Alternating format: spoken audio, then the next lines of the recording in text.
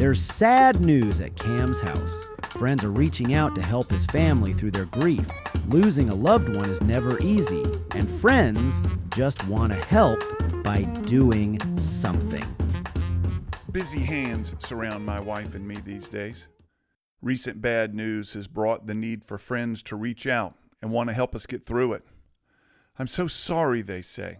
What can I do? And our reply, just like most people's, is nothing. Thank you. We're all set. And they reply with, well, let me at least bring dinner.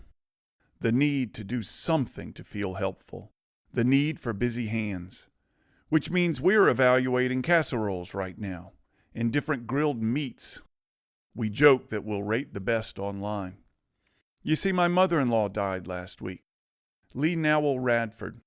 She was born and raised in Georgia and moved to North Carolina as a young married woman with her husband of what would have been 65 years in June.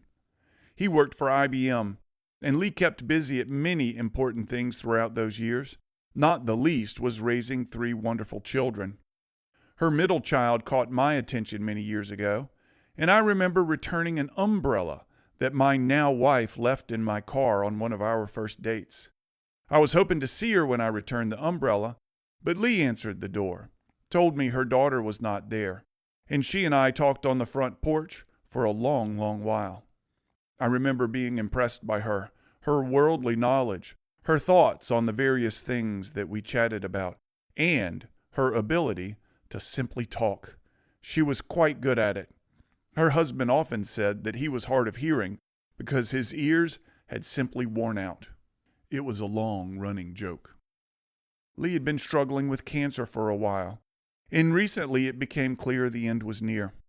My wife traveled to and from Raleigh many times over the past 6 months, and when the doctors said they'd done all they could, my wife headed up to Raleigh for longer visits. Even though the end was foretold, standing bedside over a mother who has just died is difficult. I remember this well from my own mother's death a few years ago.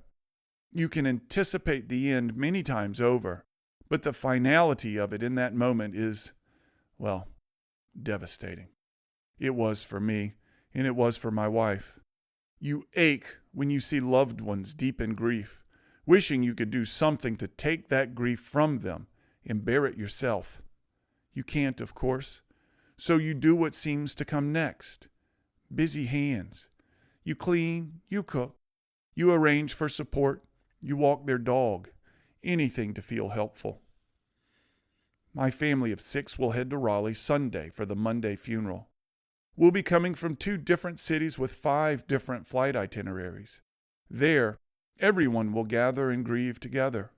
A widower, siblings, aunts, uncles, in-laws, first and second cousins, plus my mother-in-law's friends and neighbors whose hands I've shaken many times over the years. There will be lots of tears, a few smiles, maybe a laugh, and lots of sad and busy hands. I'm Cam Marston, just trying to keep it real. To hear more commentaries, search for Keeping It Real with Cam Marston on your favorite podcast app, or follow Cam Marston on social media.